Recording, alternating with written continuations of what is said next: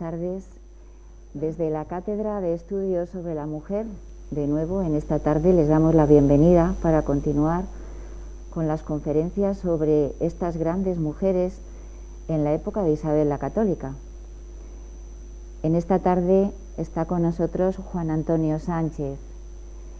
Es licenciado en Geografía e Historia en la sección de Historia del Arte por la Universidad de Salamanca. Es también doctor, en este caso por la Universidad Católica de Ávila, con su tesis Las artes plásticas en Ávila, 1950-1970. Y como subtítulo, la tesis dice así: La Escuela Contemporánea de Ávila.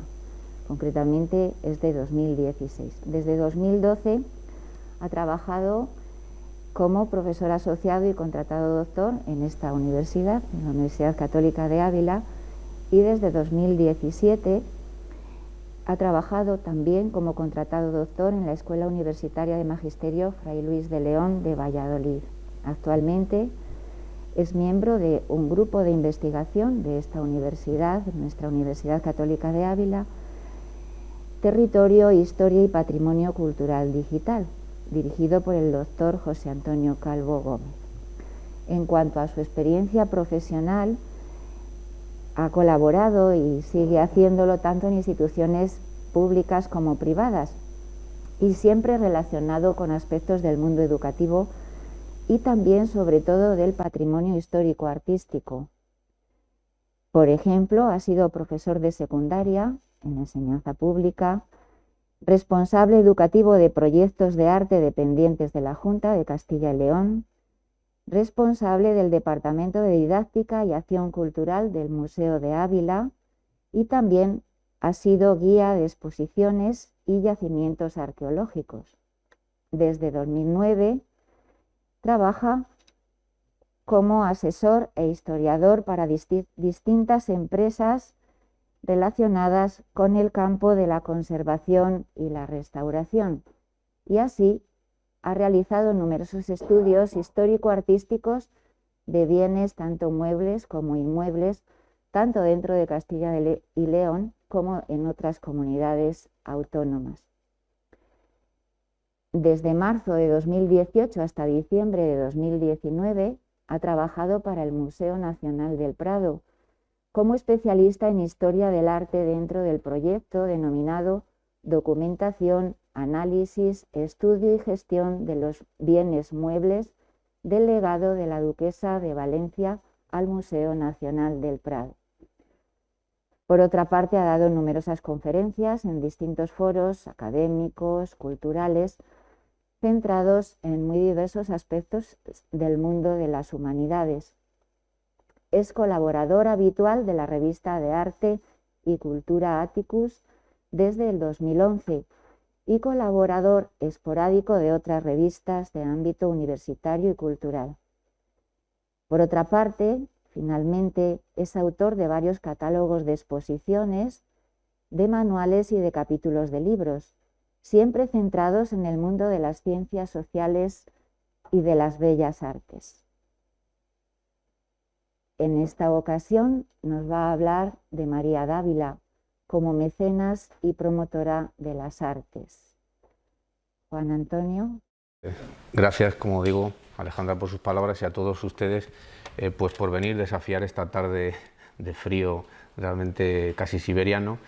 Efectivamente, vamos a intentar, pues entre todos, hablar de una de las facetas, de las múltiples que tuvo María Dávila, porque yo voy a hablar de María Dávila como mecenas, como promotora de las artes, pero tenía también, otras aristas, otros matices dentro de su vida. De hecho, el estar casada a finales del siglo XV, pues ya era realmente una profesión. Ella estuvo casada, estuvo viuda y además acabó siendo monja.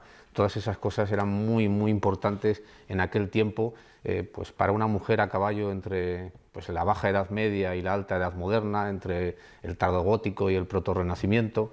Y desde luego va a destacar por méritos propios en el mundo de la promoción artística, iniciativas pues, de llevar a cabo obras muy importantes, tanto en la ciudad de Ávila como, fijaos, en la isla de Sicilia, en Catania, en Palermo, en lugares importantes dentro del virreinato de Sicilia. ¿De dónde venía María Dávila? Pues en realidad ella, digamos que desciende de una rama menor de los Dávila, de los señores de Villafranca y las Navas, de la rama de Esteban Domingo. De hecho, ella va a usar como escudo el escudo de los 13 roeles en un momento determinado, pero su padre, Gil Dávila, no era de la alta nobleza, no era de la alta aristocracia. De hecho, digamos que él pertenecía a esa oligarquía urbana que había medrado, que bueno, se había ido labrando, digamos, una posición por medio del comercio realmente. Su abuelo, Pedro López de Ávila, lo llamaban, en la documentación aparece como el trapero, o sea, que se dedicaba a la compra-venta de paños, de telas y a la fabricación de telas. Realmente, su madre, Inés de Zabarcos, venía de ahí, realmente. Luego, estos artesanos, estos comerciantes urbanos van, digamos, a imitar un poco a la nobleza comprando heredades, comprando tierras. Pues, desde luego, Inés de Zabarcos, su madre, compra pues una serie de terrenos dentro de la comarca de la Moraña que luego ella también va a heredar. ¿Cuándo nació? Realmente no lo sabemos, no tenemos ese dato. Algunos historiadores apuntan que puede ser hacia 1441-42, no está claro. Yo más bien creo que nacería pues muy cercana a la propia reina Isabel, allá por el año 1451, más o menos en esas fechas, probablemente por cómo luego se va desarrollando su vida realmente. No es que tengamos ese dato exacto. Pues bien, esta mujer, que como digo, pues no pertenece a la alta nobleza, ni mucho menos, pero justamente esa nobleza local, esa nobleza urbana, esa nobleza nueva, con algunos títulos recién creados. De hecho, luego vamos a ver que emparentará con los Acuña, con los condes de Buendía, que fue un título creado pues en 1465 por el hermano de Isabel la Católica, precisamente. Es decir, que en esa digamos, baja nobleza, en esa nobleza local, es donde se van a apoyar los reyes católicos. Los reyes católicos no son muy amigos de las grandes casas nobiliarias de la corona de Castilla ni de la corona de Aragón, realmente, sino más bien en estas otras familias que van adquiriendo una importancia y una posición a través de compras, sobre todo a través de heredades y con unas fuentes de financiación distintas, realmente.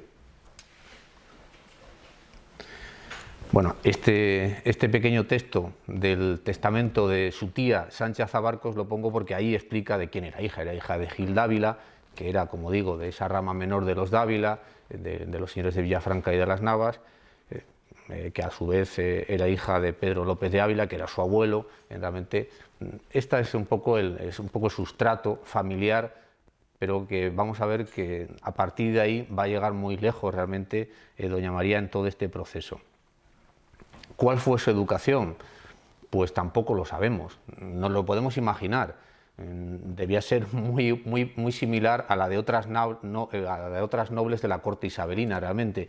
Fundamentalmente, la educación de una mujer en aquel tiempo estaba en manos de su madre, que era su tutora. En el caso de María Dávila, la vinculación materna es muy evidente. Cuando ella se va a Sicilia muchos años después, en 1489, se va a llevar a su madre con ella. Su madre viajaría a Sicilia y volvería de Sicilia con ella. O sea que esa relación muy personal la tienen. A partir de 1459, su madre ya aparece como viuda, es decir, que su padre Gil Dávila murió en esa fecha, en 1459. Y ahí también vemos ya cómo su madre se va a adelantar un poco a lo que luego será ella, una gran gestora de un patrimonio inmenso. Su madre, Inés de Zabarcos, también va a heredar el patrimonio de su marido y el suyo propio a través de su padre, y lo va a gestionar ella. Y aparecen los documentos como Inés de Zabarcos, ya como una propietaria, como gestora realmente de sus propias tierras. Eso lo va a tener ella. Por lo que hemos visto en los documentos que ella firma, lógicamente, como la mayoría de los nobles, sabe leer y escribir, pero bueno, es una letra descuidada, en cierta manera parecida a la de la propia reina Isabel. La firma de María Dávila se parece mucho, en muchos aspectos, a la de la propia Isabel de Castilla, realmente. Era una educación que tenía mucho que ver también con lo religioso, a través de libros de oración, de libros piadosos. Todo eso, lógicamente, forma parte de la educación a finales del siglo XV. También tiene, digamos, una especie de tutor espiritual, que es Álvaro de Castro, capellán, franciscano. Realmente es un hombre muy importante en su vida. hasta el punto en que lo menciona en distintos documentos, incluso en su testamento pide que las monjas del convento de Santa María de Jesús pues lo tengan siempre presente en sus oraciones por lo mucho que ha hecho por ella, como digo aquí, pues capellán, padre y verdadero amigo en todas mis cosas espirituales y temporales. Sin duda era una especie de tutor que la guía en muchos momentos de su vida y que es, en cierta manera, también coautor del monasterio que se va a levantar después de su muerte, porque será uno de sus albaceas testamentarios. Va a estar muy presente en todo lo que doña María hace. ¿Cuándo aparece doña María públicamente? Pues desgraciadamente cuando enviuda, cuando se queda viuda. Antes pues era invisible, porque en aquel momento si tenías un marido, si tenías un padre o si además tenías luego un hijo, pues prácticamente las mujeres eran invisibles.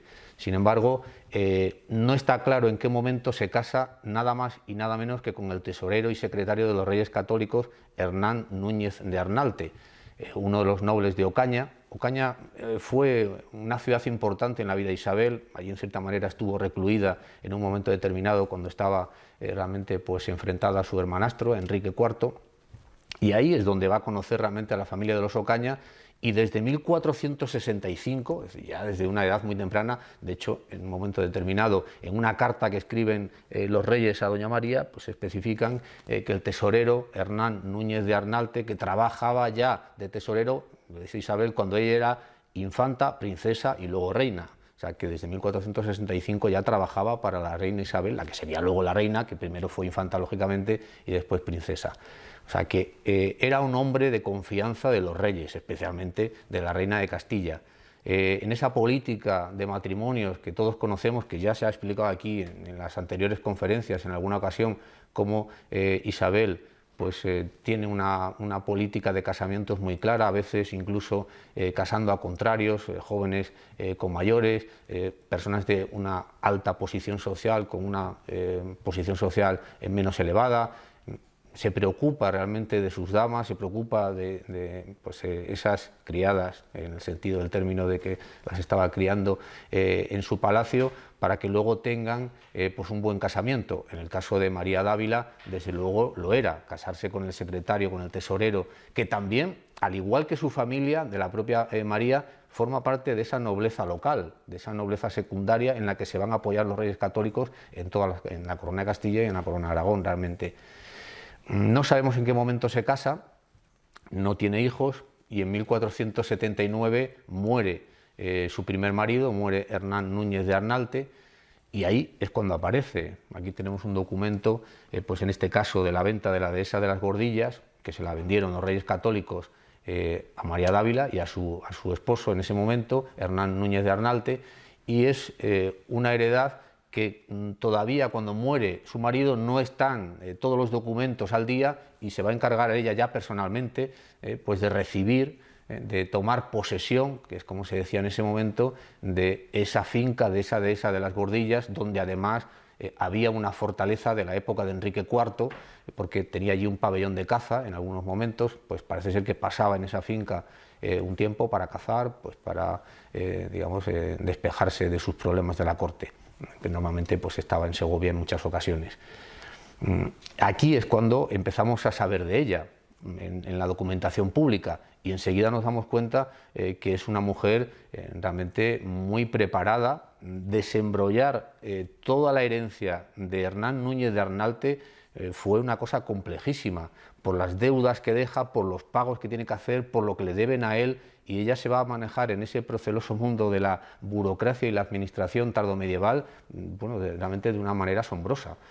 Cómo va a nombrar apoderados, cómo va a dar poderes, cómo tiene procuradores en determinados lugares para que atiendan sus intereses, los intereses de su marido, y en toda la documentación todavía en ese tiempo aparece siempre como María Dávila, mujer de don Hernán Núñez de Arnalte, o del difunto, o del que ya murió.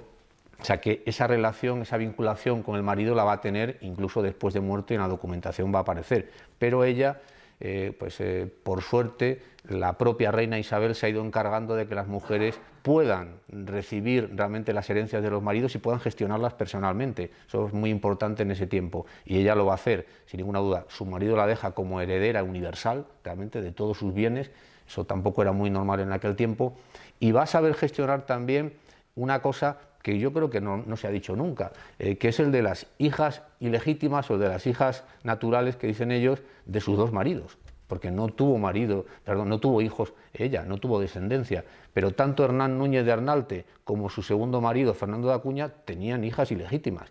Y eso es un problema en la herencia, es un problema a la hora de que pueden, digamos, reivindicar una parte de esa herencia, y lo va a solucionar también con una maestría, realmente con una diplomacia, con una mano izquierda increíble, pues además colocándolas a ambas en distintos conventos, e incluso en un momento determinado pagando una suma importante de dinero para que renuncien a la herencia, realmente. O sea, que eso sí que lo va a manejar, pues, realmente de una forma muy importante. Cuando actúa y realmente empieza a tomar medidas, a tomar iniciativas, pues cuando en el testamento, que no pudo redactar su marido, porque en realidad deja unas mandas para que sea su mujer María Dávila y el propio Tomás de Torquemada, fray Tomás de Torquemada, que era también muy amigo del tesorero de los Reyes Católicos, y que sean ellos los que redacten el testamento, porque él pues se enferma en 1478 y va a morir en apenas unos meses. Y es en las disposiciones, pues, de la última voluntad, como dice aquí, de Fernando Núñez de Arnalte, o de Fernán, o de Hernán, o de Ferrán, que de las distintas formas aparece en la documentación. Esta es, digamos, unas disposiciones que van a redactar la propia María Dávila y Torquemada, y en ella van a contener todo lo que supuestamente su marido les ha dicho a ellos de palabra, les ha dicho personalmente antes de morir: pues quiero que a mi hija ilegítima le deis 100.000 maravedíes, o quiero que 1,5 millones de maravedíes sirvan para construir un convento de dominicos en la ciudad de Ávila. O quiero que a mi hermana Catalina pues se le dé también una suma importante de dinero, o a mi sobrino Alfonso Núñez pues dejarle 500.000 maravedíes para que compre unas heredades en Ocaña. O sea, todo eso que ella dice que su marido le ha dicho, lo van a reflejar aquí. Bueno, ahí tenéis el escudo del tesorero Hernán Núñez de Arnalte, al lado el escudo de Doña María, el de los 13 roeles. Y aquí es donde aparece pues esta disposición en la que vemos cómo ellos entienden que tienen que cumplir la voluntad de Hernán Núñez de Arnalte y levantar ese nuevo convento en los arrabales de la ciudad de Ávila, de la orden de predicadores de los dominicos, que no había.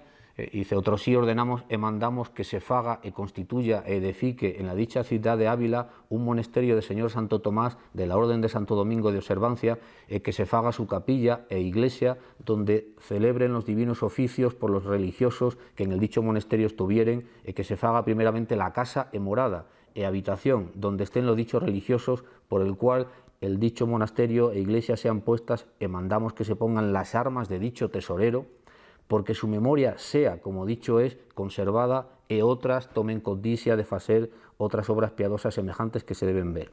Es decir, vamos a hacer esto que en la voluntad de Hernán Núñez estuvo, aunque no pudo hacerlo porque se murió antes. Vamos a construir ese monasterio, vamos a poner sus armas para que todo el mundo sepa que fue él el que quiso fundar el monasterio, y además dice, pues así a lo mejor pueden imitarlo y hacer otros conventos. Hasta ahora nadie había visto las armas de Hernán Núñez, pero están. De hecho, el libro de Sonia Caballero, dedicado a María Dávila, dice que no ha visto las armas de María Dávila por ningún lugar del convento, pero están nada más y nada menos que en la Capilla Mayor, que es donde dice la documentación que debían estar, como fundador que es realmente de ese convento. Ahí las tenéis, justo encima del retablo mayor. Ahí está el escudo del tesorero, ahí está el escudo de Hernán Núñez de Arnalte, con las armas de los Ocaña, bueno, de la familia de los Núñez de Ocaña, realmente, o sea que sí que se cumplió su voluntad. Justamente en el presbiterio, en el crucero, aparecen las armas de los Reyes Católicos, porque luego vamos a ver que, aunque en principio pues se tuvo la idea de enterrar aquí a Hernán Núñez de Arnalte, al morir el príncipe Juan las cosas cambiaron y ya veremos qué sucedió. El caso es que el tesorero deja, como vemos, 1,5 millones de maravedíes para construir. Esta imagen es de esa primera parte, de esa casa, como dice, donde vivan los religiosos. se va a empezar a construir muy rápido. Ahora vamos a ver un poco el proceso, pero fijaos, deja una cantidad, una suma muy importante para edificar, para empezar a construir ese monasterio de dominicos, nada más que 1 millón. A mayores, la propia doña María, de su digamos, patrimonio personal, dona al convento 49.700 maravedíes de juros, de rentas, y 600 fanegas de pan terciado. Eso lo hace ella, es profeso de su propio patrimonio, para el mantenimiento de ese convento, porque claro, una vez que esté construido tiene que vivir de algo, tiene que sobrevivir, y de ahí estos 49.700 maravedíes y las 600 fanegas de pan terciado, que se refiere a trigo, centeno y cebada. El proceso para levantar un convento era harto difícil y harto complejo, no era nada fácil. Requiere un procedimiento, un protocolo realmente importante, y lo primero es pedir licencia al Papa, pedir permiso al Papa. En la bula de Sixto IV, Superna Dispositione, pues ahí el Papa dice, para la fundación de Santo Tomás, le concede esa licencia, dice cómo tienen que hacerla realmente. Se ponen muy pronto tanto Fray Tomás de Torquemada como la propia doña María, que participan ambos y aparecen ambos en los distintos documentos que firman los notarios. Lo que quieren es comprar unas tierras donde levantar el monasterio. Y aquí tenemos esa venta que hizo el canónigo Fernán González de San Juan, a Tomás de Torquemada y a doña María, de unas casas, huertas y prado, dice, entre los caminos de esta ciudad que van a Derradón y a Navalperal, por 228.500 maravedíes. Esos van a salir de ese 1,5 millones que les ha dejado Hernán Núñez de Arnalte. Realmente, el lugar donde se levantó Santo Tomás es justamente, ese camino que iba a Derradón y Navalperal. En la bula del Papa Sixto IV dice que los jueces apostólicos para construir ese monasterio van a ser el abad del monasterio premonstratense de Santi Spíritus de Ávila, el abad del monasterio del Parral y el arcediano de Segovia. Tanto el arcediano de Segovia como el abad del Parral deciden que solo sea el abad de Santi Spíritus el que se ocupe de todo el proceso, y va a ser Fernando de Ávila, el abad de Santi Spíritus, el que va a admitir la bula y la va a ejecutar. Realmente, seguramente conoceréis los procesos por los que la bula se ponía en las manos, luego se la ponía en la cabeza, todo ese protocolo para aceptar la bula. Dice, bueno, por virtud de la comisión heredada por el Papa Sixto IV, aprobó y dio licencia después de haber expuesto en la catedral durante 3 días un documento en el que se decía que se tenía la intención de levantar un monasterio de la Orden de Predicadores de Santo Domingo, que si alguno tuviera algo en contra, que si realmente lesionaba los intereses de una parroquia, de otro convento, lo que fuere, que podían alegar, realmente que podían protestar. Eso se hizo. Bueno, una vez que todo el proceso estaba completo, Fernando da licencia a Fray Tomás de Torquemada y a doña María para construir el monasterio. El 5 de marzo de 1482, no estuvieron entreteniéndose, en abril ya estaban iniciadas las obras. Es decir, un mes después, Torquemada y doña María habían puesto ya en funcionamiento ese dinero que estaba reservado para ello, y se ponen a trabajar. Solo faltaba que la propia orden de dominicos aceptara ese convento, realmente, y se va a producir en ese mismo año de 1482, cuando la orden reunió el capítulo general en Piedrahíta, y fue el propio Fray Tomás de Torquemada el que se persona en ese capítulo y pide a la orden que acepte el convento, y esta es la aceptación que hizo la orden de Santo Domingo en su capítulo, que se celebró en Piedrahíta, e incorporación a ella del convento de Santo Tomás de Ávila, que a la sazón se fundan los bienes de Núñez Arnalte, a instancia de la señora doña María Dávila, su mujer, y el reverendo padre Fray Tomás de Torquemada, y ahí es donde la orden le dio plenos poderes a Fray Tomás de Torquemada para que hiciera el convento tal y como él entendiera que debía hacerse, realmente a su libre disposición, con el dinero, con los juros también de doña María, y con todo lo que se había puesto sobre la mesa para construir dicho convento. ¿Va a estar Torquemada presente en la construcción? Esporádicamente, porque va a nombrar inmediatamente primero a Fray Andrés de Burgos y luego a Fray Alonso de Balisa, que es el subprior del convento de Santa Cruz de Segovia, es el que va a convertirse en el primer prior de Santo Tomás, de facto, realmente es el que va a estar presente en las obras, el que va a estar presente en los pagos, el que va a estar vigilando que las cosas se lleven a buen término. Y esta es, bueno, pues un documento del Archivo Histórico Nacional en el que Torquemada se excusa porque él no puede estar pendiente de todo y dice: él estaba ocupado de arduos negocios cumplideros a servicio de Dios y de la dicha su orden y de los dichos reyes nuestros señores, que justamente le impidían para no poder estar presente, especialmente por ir como iba a esta guerra de moros con los dichos reyes nuestros señores al reino de Granada, donde mucho nuestro señor será servido. Ya veis que Torquemada pues tiene otras ocupaciones realmente y decide irse con los reyes, que cree que lo necesitan más. El proceso de intervención de doña María en la construcción del convento termina en 1485, cuando ya se da la carta de finiquito que expide Fray Alonso de Balisa, justamente. Dice: en su nombre a doña María Dávila, de las 600 fanegas de pan de renta de los lugares de Cantiveros, Bernúyez, Zapardiel y Muñoz Sancho, que son heredades de esos juros de doña María, y los 49.700 maravedíes para la renta de dicho convento, y del cuento y medio, es decir, del 1,5 millón de maravedíes para la edificación de dicho convento. Con esto termina su relación en cuanto a lo dejado, en cuanto al dinero, en cuanto a la herencia que ha dejado Hernán Núñez de Arnalte. Nunca terminó su colaboración. Se sabe que luego va a regalar distintos ornamentos para el convento, e incluso en su testamento deja bien claro que de toda su herencia que le deja al convento de Santa María de Jesús, a las Gordillas, de ahí también que lo tengan en cuenta el convento de Santo Tomás, y que en cualquier momento que se necesite puedan realmente ayudar a Santo Tomás. O sea, ella la tiene presente, incluso porque dice que fui yo la primera que lo principié, que lo comenzó realmente. Con esto también, digamos que termina su vinculación, en cierta manera, por lo menos legal, con el propio tesorero, con el que ha fallecido en 1479, fijaos, de 1479 a 1485. Antes se había vuelto a casar. Hacia 1483 ya aparece casada pues con otro personaje, también de lo que es la corte isabelina, de ese ambiente de los reyes católicos, en este caso con el capitán de la Guardia Real, con Fernando de Acuña. Claro, hemos pasado del tesorero, amigo personal de la reina, personaje importantísimo en el que se va a apoyar Isabel de Castilla en muchos momentos, porque los negocios que tiene que manejar el tesorero de los reyes realmente no es una cuestión baladí, era una cuestión realmente muy compleja. Bueno, pues Hernán Núñez de Arnalte era mucho más mayor que doña María, eso está claro, lo sabemos desde 1465 ya era tesorero, es decir, que había nacido mucho antes. Sin embargo, con el que va a casarse será más joven.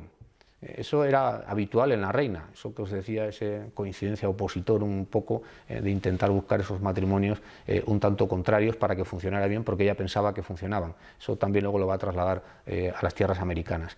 Bueno, el caso es que la reina pues decide, parece ser, luego lo veremos en la documentación, que se vuelva a casar, en este caso con otro hombre de confianza. ¿Quién era Fernando de Acuña?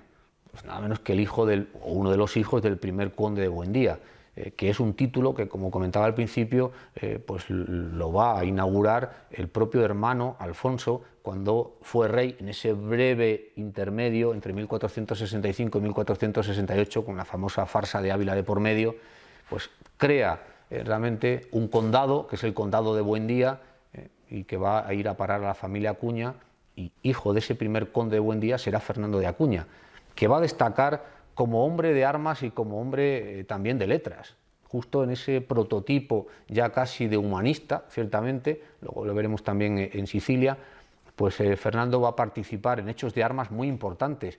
De hecho, será él y Álvaro de Mendoza, nada más y nada menos, el hijo del duque del Infantado, los que dirijan las tropas en la famosa batalla de Toro, en la batalla que va a llevar a enfrentar a la corona de Castilla con los partidarios de Juana la Beltraneja, con los portugueses fundamentalmente. Y de hecho en esa batalla tanto él como Álvaro de Mendoza van a sufrir heridas muy graves que luego a partir de ahí pues le dieron gran valor y una gran posición dentro de la corte de los reyes católicos. También participaría en la guerra de Granada, por ejemplo, en 1487 participa en el asedio de Málaga. O sea, es un hombre de armas importante dentro del organigrama de poder de los reyes católicos, hasta el punto en que en 1481 lo nombran justicia mayor y gobernador del reino de Galicia. el Reino de Galicia era un avispero. Realmente el Reino de Galicia, por las malfetrías famosas del feudalismo, es decir, realmente el comportamiento pues excesivamente violento, excesivamente pues inadecuado de muchos nobles gallegos, hay realmente un malestar generalizado en todo el Reino de Galicia frente a la nobleza gallega. Hay continuos levantamientos de los campesinos contra los señores y manda a Fernando de Acuña a que ponga orden. Estuvo 2 años y realmente puso orden, hasta el punto de colgar a Pardo de Cela, que era uno de los nobles más importantes, enfrentarse a Alonso de Fonseca, al arzobispo de Santiago. O sea, realmente se llevó las tropas y puso orden hasta el punto de llegar a tener hechos de armas importantes para lograr esa estabilidad que tanto buscaban los reyes católicos realmente. Hay un momento determinado en que la situación digamos que se enrarece un poco y Fernando decide que vuelva a Castilla y casi pues luego, no tardando mucho, lo van a nombrar virrey en Sicilia ya en 1488. En ese momento es cuando le va a regalar el famoso Palacio de la Sisa, conocidísimo en Palermo. A día de hoy queda dentro de la ciudad, pero en aquel tiempo pues era una villa campestre, pues digamos ansiada, todos los canónigos del Cabildo de la Catedral de Palermo querían esta villa. Realmente era un lugar que venía del tiempo de la ocupación árabe, de hecho era un palacete árabe, también del siglo XIV. Bueno, era un lugar, en realidad el edificio primitivo era del siglo XII, nada más y nada menos. Luego se ha ido reformando, se ha ido convirtiendo en otra cosa y Fernando se lo va a regalar a Fernando el Católico, se lo va a regalar a Fernando de Acuña. Luego veremos cómo doña María va a manejar también el gran patrimonio de Fernando de Acuña, incluido el patrimonio siciliano, entre el que estaba la Sisa, que la va a alquilar primero a un canónigo, a Jacobo Falconibus, luego se la quiere comprar, cuando se la va a comprar se muere y luego tiene ahí un proceso importante también, pero fijaos realmente qué mujer tan resuelta, qué mujer tan enérgica para hacer todo este tipo de negocios, incluso en un lugar tan lejano como era Sicilia, realmente. Bueno, pues esta es la Sisa famosa que regaló Fernando el Católico, que además tenía un olivar inmenso que acompañaba, o sea, era un terreno importantísimo dentro de lo que era pues Palermo. Ahí tenéis el escudo de los Acuña, este es el escudo de don Fernando de Acuña, de los que va a usar la familia Acuña realmente, y un comentario, en este caso de un italiano que nació luego, más tarde que él, bueno, casi nació a la par que moría don Fernando, pero la fama de Fernando de Acuña quedó en Sicilia por muchos años realmente, y pues Francisco Marmólico escribió esto sobre él, que decía: en las costumbres Catón, César en el corazón, hablando realmente de su austeridad como persona, digamos, pero a la hora de enfrentar los conflictos, pues era un César, realmente era un líder, era un capitán de la guardia de los reyes católicos. Bueno, pues también se va a morir muy pronto este segundo marido de doña María, Fernando de Acuña, y él va a dejar en su testamento que quiere que lo entierren en la Catedral de Catania, en Sicilia. Las dos ciudades en ese momento importantes son Catalia, Sicilia, también Mesina, por supuesto. Ahí en ese tiempo, bueno, entre 1488 que llega Fernando de Acuña y 1494 que va a morir, es un momento de esplendor en Sicilia. En ese tiempo estaba de arzobispo también de Palermo y de Catania Alonso Carrillo de Albornoz, o sea, el famoso obispo que luego fue obispo de Ávila también. Bueno, pues también estuvo Vasco de la Zarza, parece ser, en la documentación que ha habido, que luego María Jesús Ruiz Ayúcar expurgó en el Archivo Nacional. En un momento determinado, Vasco de la Zarza también va a Sicilia y entra en contacto con el mundo del arte ya casi renacentista que se está gestando allí en Italia. Bueno, en cualquier caso, una vez más será doña María la que se encargue de gestionar tanto las exequias, la muerte, todo lo que tiene que ver con el entierro de don Fernando y luego la construcción de un sepulcro, pues lógicamente al nivel social del propio virrey de Sicilia, nada más y nada menos. Estas fotos que he tomado de Sonia Caballero, del archivo de las Gordillas, del archivo de Santa María de Jesús, en el que se conserva un dibujo hecho sobre un lienzo del diseño del sepulcro para don Fernando allí en Catania. Vamos a ver que realmente la ejecución final será prácticamente idéntica a este diseño, va a variar en muy poquitas cosas. Por ejemplo, los pajes, en lugar de 2 va a haber solo 1, pero los demás elementos van a ser todos muy parecidos. El diseño es de Antonello Freri, que será el escultor que lo lleve a cabo realmente. Bueno, ahí tenéis una foto del sepulcro en la que ha desaparecido uno de los pajes, el que llevaba el yelmo, solo queda el que tiene el escudo. Veremos un poco al detalle todo lo que tiene que ver con este sepulcro, que como ven está ahí encajonado en este arco. Es curioso porque don Fernando quiere que lo entierren en la capilla de Santa Águeda de la Catedral de Catania. Claro, Santa Águeda es además la patrona de Catania, era una santa importantísima, y al final esa capilla va a ser no solamente el sepulcro, sino la capilla como tal, obra de doña María. Incluso si leemos esta inscripción en latín que está en el sepulcro, dice opus sepulcrum, bueno, este es el sepulcro del ilustrísimo Fernando de Acuña, virrey de Sicilia, que mandó a hacer su mujer, su queridísima mujer, doña María de Ávila, pues en el año 1495, opus Antoni de Freri Mesenensis, que dice opus sepulcrum, dice, esta obra y este sepulcro. Realmente, esta obra y este sepulcro, es decir, esta capilla y este sepulcro, lo va a hacer ella, lo va a pagar ella, lógicamente, lo va a sufragar ella, va a ser la mecenas, va a ser la promotora de esa capilla, donde además estaba el tesoro de Santa Águeda, y que, bueno, después del terremoto de 1690, que dejó Catania prácticamente en ruinas, de lo poco que se salvó en la Catedral de Catania fue la capilla de Santa Águeda, milagrosamente, con lo cual el sepulcro prácticamente está intacto. Es uno de esos sepulcros, de los pocos que quedaron, como digo, sin destruir dentro de la Catedral de Catania. Bueno, dice, ítem por cuanto don Fernando de Acuña, mi señor, que santa gloria haya, por devoción de la bienaventurada Santa Águeda, se mandó enterrar en la capilla donde está su santo cuerpo, en la iglesia mayor de Catania del reino de Sicilia, y allí está sepultado. Y yo, pues di a la dicha iglesia en plata y ornamentos de brocado y seda y tapicería y otras cosas harto valor, y asimismo cierta renta de censo y cabildo, y en el principio de las hojas un escudo de las armas del dicho don Hernando de Acuña, mi señor, que santa gloria haya, y de las mías, juntas en un escudo hecho corazón. ¿Veis el escudo con las armas de doña María y con las armas de Fernando de Acuña en un corazón alado? Tal como ella dice en su propio testamento. Eso que acabo de leer es del testamento de doña María, hecho en 1502.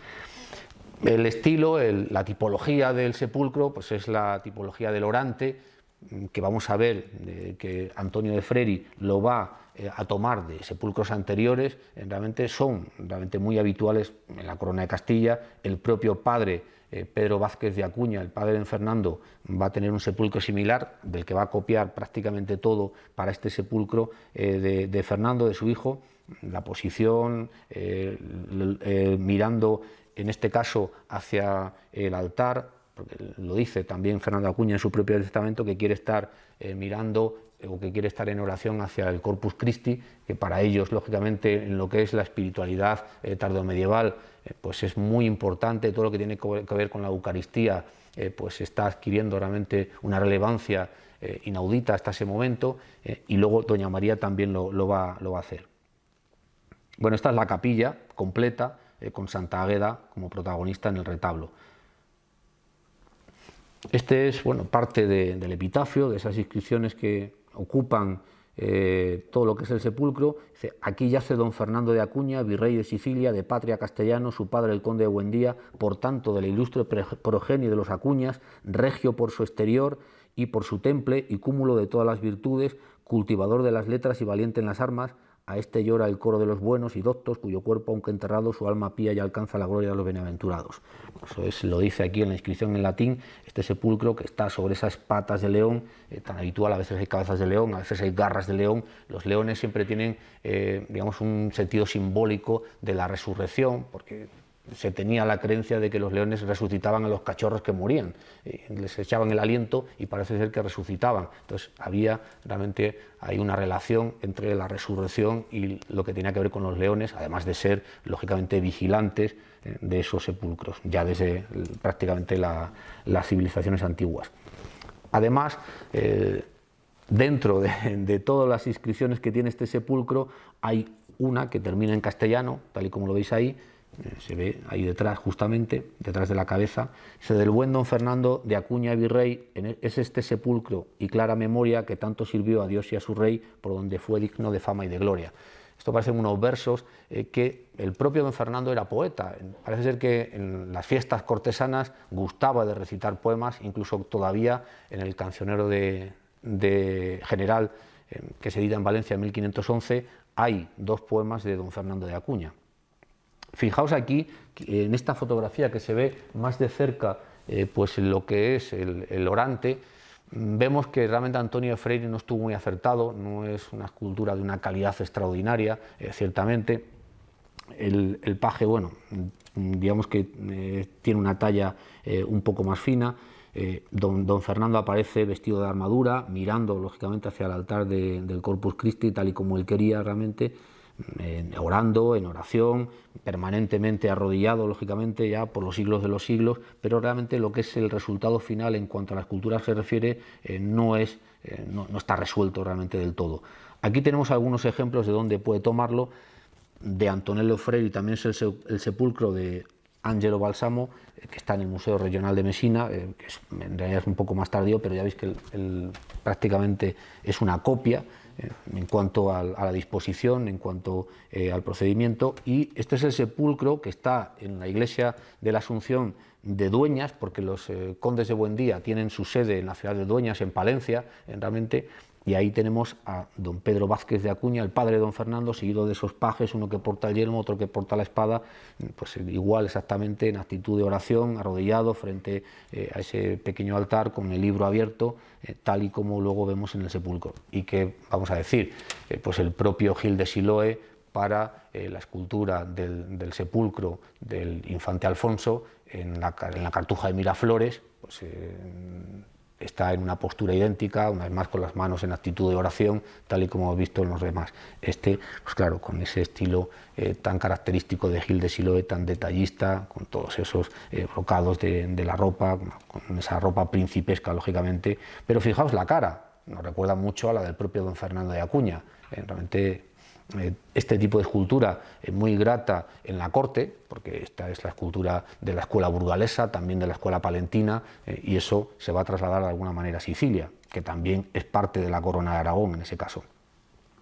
Bueno, y aquí, rematando el sepulcro, pues el arcángel San Miguel con la balanza de la justicia, debajo el escudo de Fernando de Acuña, y un poco más abajo un emblema que parece ser muy del agrado de don Fernando, que dice: antes el fin que el principio, que el comienzo, antes el fin que el comienzo. Parece ser que era realmente su emblema y que lo tenía en muchos lugares donde él vivía, en su palacio, etcétera, y también lo quisieron poner en su propio sepulcro. El sepulcro, además, si vamos y lo vemos más al detalle, pues tiene aquí arriba, en el frontal, un apostolado con Cristo en medio, bueno, con todos los detalles de las armas de los Acuña, pues un poco por todas partes, tal y como queda pues ya estipulado en el propio testamento de don Fernando.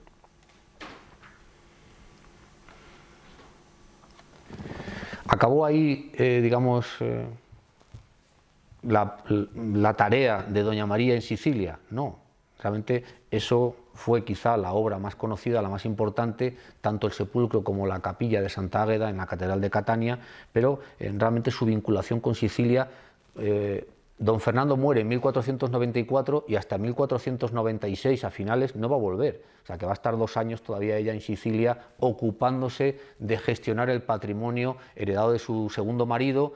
Además, hay una orden del rey Fernando que dice que todo lo relativo a Fernando de Acuña tiene que quedar parado, va a estar intervenido, no va a poder disponer del dinero, etcétera, hasta que no se aclaren las cuentas, porque hay un personaje, el conde de Espes, que realmente estaba enfrentado con don Fernando, aunque Fernando de Acuña fue muy popular en Sicilia, hasta el punto que el Parlamento siciliano pidió que Fernando el Católico le prorrogara el virreinato. El virreinato duraba 3 años oficialmente, y el Parlamento siciliano pidió otros 3 años para Fernando de Acuña. O sea, que realmente fue un hombre muy popular, excepto este personaje que os comento, que había sido anteriormente virrey y realmente un hombre muy discutido.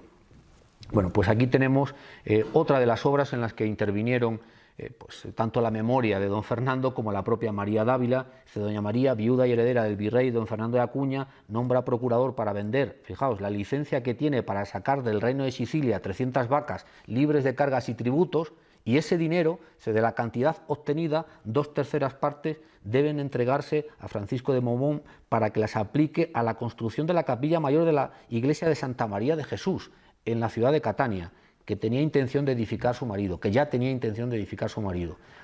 Va a ser una vez más un convento franciscano.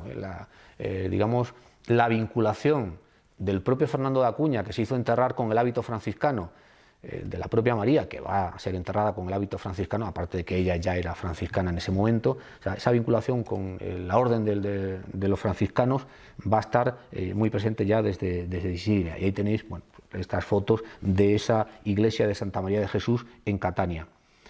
Y a mayores, pues fijaos, otras donaciones. Dice, el 6 de julio del 95, el Cabildo de la Catedral de Catania acepta la fundación y dotación de la capellanía, esto es lo de la capilla de Santa Águeda. Julio del 95, entrega de ornamentos para la iglesia de Santa María de Jesús de Palermo, de parte de doña María Dávila. En agosto hacen lo propio, objetos de culto y ropas al Cabildo de Catania. Y también hizo entrega de ornamentos litúrgicos para uso exclusivo de la capilla de Nuestra Señora de la Victoria de Palermo. O sea que su vinculación a la iglesia siciliana y a las obras relacionadas con distintas partes de esa iglesia pues está muy clara. En 1496 va a volver a Castilla. Evidentemente ella tiene ya muy claro en Sicilia que no quiere volver a casarse, eso ya lo ha decidido. De hecho, desde Sicilia pide ya licencia al Papa Alejandro VI, dice, para que le autorice fundar un convento. Lo que le va a decir el Papa es que primero debe conocer la vida religiosa, que tiene que imbuirse de cómo funciona un convento, tiene que conocerlo desde dentro, y que por eso le autoriza a que vaya al convento de Nuestra Señora de la Consolación de Calabazanos, un convento también de las franciscanas, y ahí, de la Orden de Santa Clara, y ahí es donde doña María va a estar pues desde 1496-97 hasta 1502-3, finalmente hasta 1504, que es cuando llegará a la finca de las Gordillas con su nuevo convento. Pero tiene claro que no quiere volver a casarse. Realmente, en el tiempo en que estaba casada, no tenía la libertad de actuación que tuvo cuando fue viuda, eso es evidente, y que tampoco tendría de no haber sido luego más tarde abadesa de su propio monasterio. Claro, esa independencia, esa libertad pues para gestionar todo ese inmenso patrimonio que había heredado tanto de su familia paterna y materna como luego, lógicamente, de sus 2 maridos. Y aquí este es el breve del Papa Alejandro VI autorizando a doña María, dice, a entrar en el convento de Calabazanos, incluso con otra mujer, aunque estuviera completo el número de monjas. Todavía estaba en Sicilia cuando pidió esa licencia y le concede Alejandro VI que entre, dice, aunque esté completo el convento, no importa. El convento de Calabazanos, ¿por qué lo elige? Este convento en Palencia, pues porque era uno de los lugares también preferidos por la propia Isabel la Católica, además de ser un lugar importante donde se habían sucedido realmente hechos importantes de la historia de Castilla, fundado por la propia Leonor de Castilla, que se va a retirar también allí. Álvaro de Luna se había casado en este convento, en la iglesia de este convento, con la presencia del propio rey Juan II, así que era un lugar realmente muy importante dentro de lo que era la corona de Castilla. Ella lo que va a hacer es construirse una casa. Esa es otra de las obras que va a hacer doña María en vida. Se construyó una casa junto al convento, tal y como veis en esa imagen de arriba, veis que hay como un pasadizo, una galería.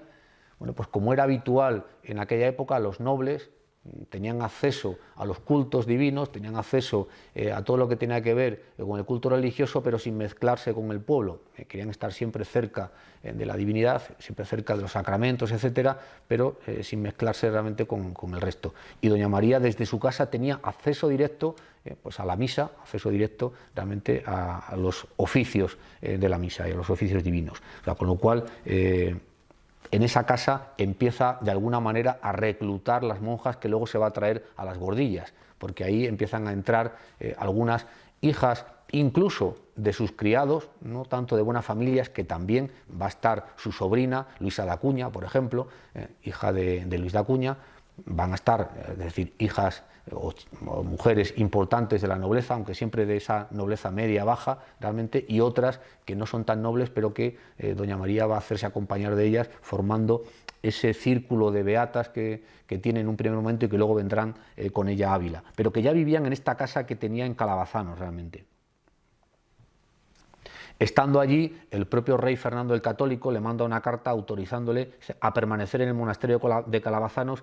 En este está claro que han hablado y le ha dicho que ya no va a volver a casarse, lógicamente, hasta que funde el suyo en Ávila, en tanto que hacéis un monasterio en Ávila. Aprovechando esto, quiero comentar una cosa, porque ciertamente María d'Ávila tenía relación con los reyes. En el libro de la fundación de las Gordillas, pues dice claramente que dice: tuvieron los reyes católicos particular amor a doña María d'Ávila, y en especial la reina Isabel, que la favoreció mucho, y por haber enviudado de poca edad y por el amor que la tenía, gustó que se tornase a casar y trazó el casamiento con el capitán Fernando de Acuña. Esto dice en el libro de las fundaciones. Es verdad, esa relación la tenía, pero para que realmente seamos conscientes de esa idea de que la justicia de los reyes católicos era implacable, lo era. Fuera con doña María o fuera con el arzobispo de Toledo. Realmente, a la hora de reclamar lo que creían justo, no les temblaban prendas, realmente. Y lo vamos a comprobar. Esta es la carta que le envía Fernando. Dice: señora prima, porque por cierto, los Acuña estaban emparentados, claro, la mujer, la madre de Fernando de Acuña era hermana de Juana Enríquez. Bueno, emparentados realmente, era tía del propio Fernando el Católico, y por eso Fernando llama primos tanto a Fernando como a doña María. Dice: señora prima, recibí vuestra carta con que, oye, mucho placer por saber, señora de vos, y cierto, si yo supiera vuestra voluntad cuando me escribisteis de Monviedro, que era lo ahora me escribís, nos fuérades de esta tierra sin que besárades las manos a la reina Nuestra Señora y sin que yo os viera, y aun la reina Nuestra Señora ahora dice que si supiera que no había de seguir entonces su camino para Portugal, que todavía os mandara venir, señora, vos veros y para besarle las manos, y según lo que yo he conocido de su Alteza, hubiera mucho placer de ello. Es decir, que la reina estaría encantada de haberte visto una vez que has vuelto de Sicilia, le hubiera gustado mucho, etcétera, etcétera, ciertamente.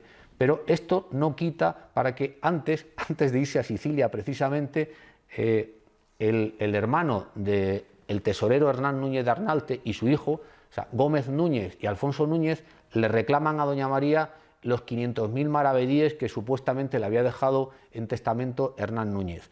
Doña María, claro, se lo reclaman 10 años después. Doña María dice que ya no ha lugar, que ya ha pasado el tiempo para comprar las heredades que apuntaba el testamento, etcétera, y que no tenía ya cabida. Reclaman a la reina, ¿y qué hace la reina? Inmediatamente, este es uno de los candelabros de la reina en el monasterio de Santo Tomás. ¿Qué hace la reina? Pues una carta de Isabel la Católica ordenando a María d'Ávila, a petición de Gómez Núñez, padre de Alfonso Núñez, es decir, hermano y sobrino del tesorero, que depositara en el obispo de Ávila los 500.000 maravedíes de su primer marido, había dejado un testamento para comprar ciertos heredamientos para Alfonso Núñez, ya que iba a partir para el reino de Sicilia y no pueden disponer del dinero. Esto es lo que dice Isabel en esa carta. Dice que pues vos estáis de camino para partir al dicho reino de Sicilia, si lo ansí é facer e cumplir non quisiéredes, mando al corregidor e justicias de ciudad de Ávila que vos contrinjan e apremien a ello, por manera que las dichas 500.000 maravedís se pongan en depósito en poder del dicho obispo, en ese caso de Fray Nando de Talavera, que era el obispo de Ávila en ese momento. ¿Qué hizo María d'Ávila? Entregar al repostero real los 500.000 maravedíes para que se los llevara al obispo. O sea, así se les gastaban los reyes católicos, ¿eh? O sea, muy amigas, sí, muy de nuestro ambiente, pero Si tienes que pagar, lo vas a pagar. Y esto era, ya os digo, tanto con doña María de Ávila como con el arzobispo de Toledo o con el arzobispo de Santiago. Bueno, en ese proceso de intentar fundar su propio monasterio va dando pasos doña María y una segunda bula del Papa Alejandro VI dice que habrá de ejecutar el abad del monasterio de Santi Spíritus. Qué importante era Santi Spíritus en aquel momento, ¿verdad? Increíble con el paso de la historia esa desaparición de ese monasterio que tanto poderío tuvo durante la Edad Media y luego durante la Edad Moderna, y que luego con la desamortización pues haya desaparecido por completo realmente. Para que doña María pueda fundar un convento de monjas clarisas en el lugar que ella elija de la diócesis de Ávila, Salamanca o Segovia, con la concesión de otras gracias y privilegios. Esto es ya una bula firmada por el Papa Alejandro VI en Roma en marzo de 1500. Esta es la fortaleza de las Gordillas, que menciona la propia María de Ávila en su testamento. El testamento lo hace en 1502. El monasterio se hará después, primero aquí, en este lugar, en este edificio que vemos.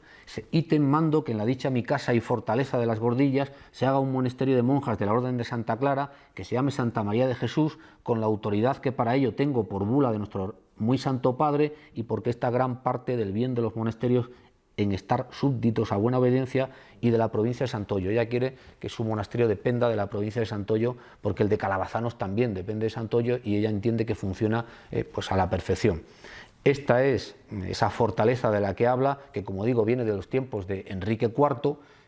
Entre esto y otras casas van a hacer realmente el monasterio primitivo de las Gordillas. Ítem mando que en el dicho término de las Gordillas, que yo de eso al dicho monasterio de Santa María de Jesús se haga alguna población y lugar cercano al dicho monasterio de Santa María de Jesús para acompañamiento y servicio del dicho monasterio, y mando que el dicho lugar se llame Villa Dei o Vila Dei, o sea, la ciudad de Dios, digamos. Así es como se llamaba realmente ese primitivo monasterio en las Gordillas, y esto es parte de ese poblado, de esa población que ella quiere que esté, que exista, que se cree para asistir a las monjas realmente. Bueno, finalmente, a dar orden y aparejar la casa y edificar lo que faltase para la vivienda de las religiosas, e hízose con tanta diligencia que con lo que la casa tenía edificado, ese torreón que hemos visto y poco más, y con lo que se añadió, se pudo venir a tomar la posesión al fin del año siguiente de 503 y principios del 504, que fue cuando se vino ella en fin de febrero de 1504. En 1504, doña María de Ávila y esas 12 monjas que están en Calabazanos en Palencia se vienen a este monasterio que ya ha enviado como adelantado, digamos, a Álvaro de Castro, ese capellán amigo suyo, para que se encargue de las obras, para que se encargue de adecentar todo este lugar y que puedan venir tanto ella como sus monjas. Y además, en un breve del Papa Julio II, dado en Roma en 1509, se le concede ya a la fundadora ser abadesa vitalicia. Abadesa hasta que muera, realmente abadesa de ese convento que luego fue bastante móvil. Antes realmente de todo esto también dejó doña María digamos otras huellas, otras improntas en la ciudad de Ávila, distintas a ese monasterio de Santa María de Jesús, porque tal y como era propio de las damas de la época, la piedad y la caridad estaba realmente en su agenda cotidiana. Realmente frente al Miles Christi en el que podían destacar los hombres, pues las mujeres podían destacar en las obras de caridad, en la fundación de hospitales, en la fundación de obras de beneficencia, etcétera. Eso va a hacer también doña María como representante clarísima de esa época, como mujer que vive en su tiempo y que va a hacer realmente dentro de ese constreñimiento que era realmente la España de finales del XV y principios del XVI, pues todo lo que puede. Entre ellas una obra de caridad muy clara, la vamos a ver. Para lo cual mando que en las dichas casas en que vivíamos, vivía aquí, con Fernando de Acuña y con Núñez de Arnalte, vivían en el Palacio de los Velada. Realmente ahí es donde vivía doña María, aunque tenían otras casas por la ciudad, lógicamente, pero aquí es donde vivía, y lo dice bien claro en su testamento, dice: se haga desde el cantón de la otra parte de la torre que va hacia la iglesia mayor, hacia la catedral, lógicamente, hasta donde bastare, tomando el cuarto de sobre la puerta y del otro que la atraviesa, que junta con él lo que para ello fuere menester. ¿Qué es lo que quiere hacer aquí doña María en esta casa de los Velada? Pues quiere hacer realmente una capilla relacionada con la caridad, dedicada a la caridad, que va a ser justamente esta. La capilla de bóveda de cal y canto, lo dice en su testamento, del tamaño y hechura que parecerá a los testamentarios de este mi testamento, la cual dicha capilla se llame la Caridad de Santa María de Jesús. El nombre de Santa María de Jesús lo hemos visto en Sicilia, lo hemos visto en su monasterio, y también esta cuál es, lógicamente la conocida actualmente como la Capilla de las Nieves. ¿Le hicieron caso a doña María? En todo excepto en el lugar, en la ubicación, porque parece ser que sus testamentarios, que eran sus dos sobrinos, Rodrigo de Zabarcos, Pedro de Castro y el propio capellán Álvaro de Castro, entendieron que era mejor vender la casa de los Velada y comprar otras, ¿dónde? En la calle de Andrín, que además habían pertenecido también a la propia doña María en su momento. Compraron esas casas y ahí levantaron, tal y como ella había ordenado, una capilla de bóveda de cal y canto, ¿no? Directamente, tal y como la vemos ahí en esta bóveda, pues, de terceletes de la Capilla de las Nieves, que se va a cumplir prácticamente todo lo que ella indica en su testamento. Porque dice: en la dicha capilla, frontero de la dicha reja, se haga un altar, y en la pared sobre el altar un arco donde se ponga una imagen de bulto de Nuestra Señora con su precioso hijo en los brazos. Claramente vemos ahí esa escultura de la escuela de Vasco de la Zarza, pues con una virgen con el niño en los brazos, y la delantera de la dicha casa se aforre del mismo cal y canto, porque se muestre todos en uno. La Anunciación, que está en la portada de las Nieves, pues también realmente aparece tal y como ya lo menciona en su testamento, que dice que quiere que aparezca una salutación de Nuestra Señora con su hijo en brazos. Ella dice que lo hagan en mármol, que lo hagan, pero aquí va a ser en granito, realmente, en este caso. Las armas que dice que pongan de ella y de sus dos maridos, lógicamente iban ahí, no sabemos si nunca las llegaron a tallar o si con el paso del tiempo desaparecieron, pero esas tres partes de tres escudos, que las vamos a ver en otros sitios, así fue.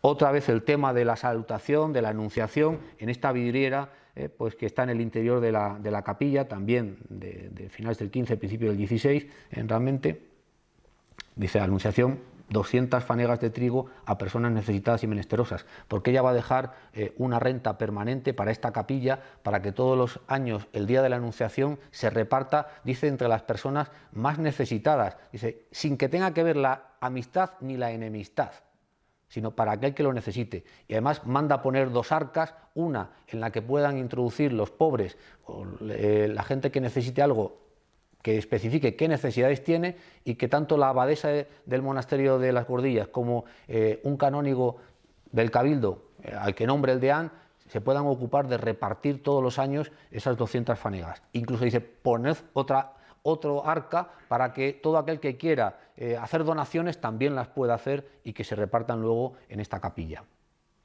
Bueno, esto es la inscripción que recorre toda la capilla. Doña María, mujer de Hernán Núñez de Arnalte, tesorero general de los Reyes Católicos, después del señor don Fernando de Acuña, virrey de Sicilia, primera fundadora del monasterio de Santo Tomás, fíjalo, lo dice ahí, en las Gordillas, en la Capilla de las Nieves, y le dotó de muchas rentas, y después hizo a Santa María de Jesús las Gordillas, donde se metió monja, el de la Orden de Santa Clara, donde murió como abadesa. Bueno, otra de las obras más importantes de doña María fue el sepulcro, también de su primer marido, que se hizo tiempo después, porque lo de el enterramiento de Núñez de Arnalte es casi novelesco. Él pide en su testamento, de las pocas cosas que deja clara en ese primer testamento, es que lo entierren en su pueblo, que lo entierren en Ocaña, en la capilla de sus padres. ¿Lo hicieron? Pues no. ¿Por qué? Pues porque no pudieron, porque por las razones que fueran, esa iglesia de Ocaña no le permitió que lo enterraran. La reina dijo: no pasa nada, lo enterramos momentáneamente en San Juan de los Reyes, en Toledo, que se estaba construyendo, y cuando se haya hecho Santo Tomás, se lleva a Santo Tomás y se entierra allí, en la capilla mayor. Esa era la idea. Claro, eso es lo que cuenta aquí. ¿Qué pasó? Que murió el príncipe Juan en 1497, es decir, cuando todavía Hernán Núñez estaba enterrado en San Juan de los Reyes, en Toledo, y ocupó la capilla mayor. Pese a todo, María Dávila se empeñó en que Fernando Núñez de Arnalte, su primer marido, tenía que venir al monasterio de Santo Tomás, y lo trajo, y va a cumplir realmente pues esa voluntad de ser enterrado, no aquí, sino él quería enterrarse en Ocaña, pero por lo menos la idea de que había sido el fundador y que tenía que estar en el lugar que él había fundado, pues sí que lo va a cumplir. Pide licencia otra vez al Papa, ya veis que para cualquier cosa había que pedir una licencia a Roma, y en este caso Alejandro VI de nuevo le dice: nos, movidos por tus súplicas, etcétera, etcétera, la autorizaron a trasladar el cuerpo desde San Juan de los Reyes a Santo Tomás de Ávila, y así lo hizo en el año 1501. Ahora está pues en la capilla, en este caso, en la que aquí aparece como capilla número 1. Ahí estuvo, ahí se enterró, ese fue su capilla original, puesto que no podía estar aquí, que la ocupaba el príncipe Juan, estuvo aquí. Ya sabéis que ahora no, ahora lo han mandado al exilio, a la capilla número 4, realmente en un lugar que no le corresponde. Pero bueno, esta es la escultura que dice, bueno, que sobre su sepultura se ponga un busto de alabastro muy bien labrado, del tamaño y hechura que pareciera a mis testamentarios, y este es reconstruido porque fue dañado durante la Guerra de la Independencia, todavía más ultrajado durante la desamortización, y no es poco, casi milagroso, que se conserven estos restos del yacente, del paje que estaba a los pies, del frontal del sepulcro, donde estuvieron las armas de Núñez de Arnalte, lógicamente, con todos estos elementos ya propios del Renacimiento, todos estos motivos decorativos clasicistas, pues de todo lo que es propio del Renacimiento. En realidad ninguno de estos sepulcros, ni el de Hernán Núñez de Arnalte, ni el de la propia Doña María, ni otras obras que en muchos lugares realmente se dice que son de Vasco de la Zarza, no lo parece realmente por el estilo, por la estética, sí de sus sucesores, sí de su escuela, sí de su yerno, Juan de Arévalo, y de los que se van a ocupar realmente de las obras que deja Vasco sin hacer, es decir, Lucas Giraldo y Juan Rodríguez, junto a su yerno. Bueno, no tenemos tiempo, pero en la manga aparece Ave María, gracia plena, realmente pues esa salutación del arcángel Gabriel, que también utiliza Doña María en su propio sepulcro. Bueno, el traspaso de las Gordillas, ya sabéis que fue ambulante, el convento no quedó en la finca pues morían muchas monjas por lo insano del lugar, tal y como dice ahí. La propia segunda abadesa, Luisa de Acuña, pide inmediatamente. Doña María Dávila murió en 1511, en 1514 ya están pidiendo trasladarse, y el primer lugar donde vienen a Ávila es aquí, a las casas de Diego del Águila, donde está el Palacio de los Sofraga actualmente. Bueno, pues ahí se van a instalar durante un tiempo, en realidad desde 1522 hasta 1557, que es cuando ya está construido el monasterio que está en la zona de San Roque realmente, pero de momento con la abadesa Brianda Enrique se trasladan aquí. ¿Cómo se va a hacer este monasterio de Santa María de Jesús? Pues prácticamente copiando el de Calabazanos, en todos los aspectos. Incluso aquí vemos este pasadizo que unía pues lo que era lógicamente el convento propiamente dicho con la capilla, con la iglesia, tal y como sucedía en Calabazanos. Veis que el aspecto es muy similar. Esto lo desfigura un poco porque aquí no había puerta, aquí lo que había era un óculo pequeño, porque está el coro bajo y está el coro alto. Por aquí no había puerta, la puerta está en la zona norte. Esto es una puerta que se abre prácticamente en los años 20, en el siglo XX quiero decir. La nave principal, iglesia es de una sola nave, tal y como son las de las iglesias franciscanas, especialmente las de las clarisas, con bóveda estrellada hacia el coro. Pues esta es la de aquí de Santa María de Jesús, esta es la de Calabazanos, bueno, bóveda vaída, pues como suelen ser habitual en estas capillas franciscanas.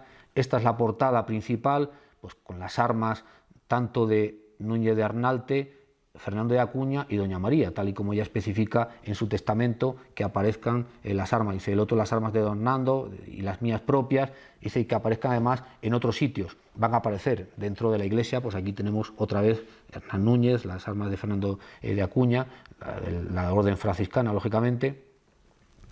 Bueno, en este caso está hablando ya pues de su propio sepulcro, de cómo quiere que la entierren, de que les gustaría que las monjas se la llevaran pues allí donde ellas fueran, y así va a suceder. Doña María murió estando en la finca de las Gordillas, estuvo allí enterrada primitivamente, luego la trasladaron a ese palacio de Diego del Águila y luego finalmente al monasterio de San Roque. No se quedó ahí, ya sabéis que actualmente está en el nuevo monasterio que se hizo o que se inauguró en 1971 en la trasera de Santo Tomás, donde están actualmente las clarisas. Este es el sepulcro, esta es una foto antigua de Gómez Moreno, pues del sepulcro original dentro del arco, tal y como ella había especificado en su testamento realmente, con una virgen, con el niño en los brazos, etcétera, etcétera, y este es el sepulcro actual tal y como está en el convento de Clarisas, trasera de Santo Tomás.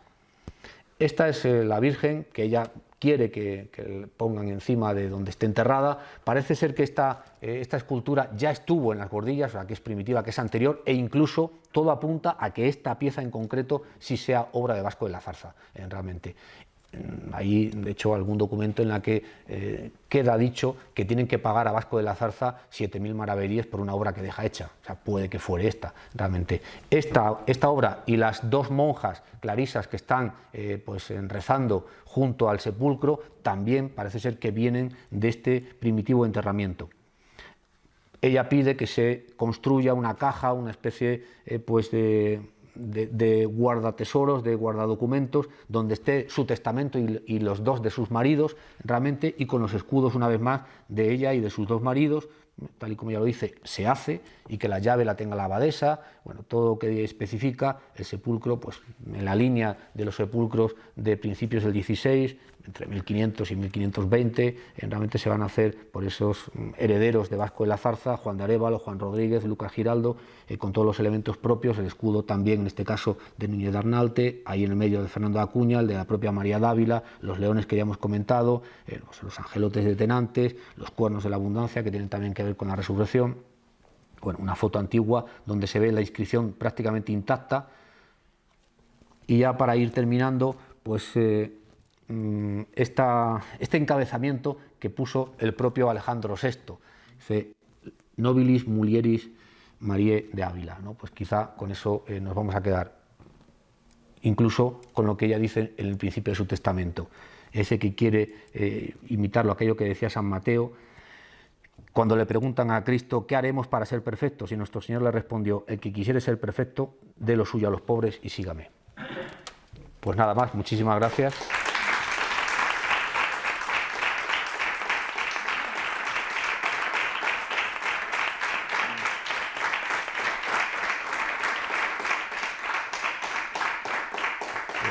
Siento mucho haberme extendido tanto, me he pasado un poco del tiempo.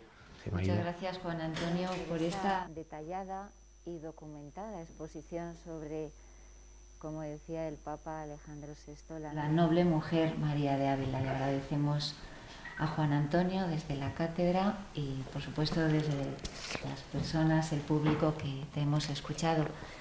No sé si quedan unos minutos para que alguno de ustedes haga alguna intervención. Por lo menos para agradecer a Cristian Berga Celma, que es el autor de casi todas las fotos que aparecen aquí en la presentación. Eso, que no se me olvide. Bien, pues. No sé si queréis preguntar algo o a lo mejor ya nos hemos pasado tanto de tiempo que... Pues muchas gracias de nuevo, Juan Antonio, y gracias a ustedes que han participado en la conferencia. Muchas gracias a todos. Gracias.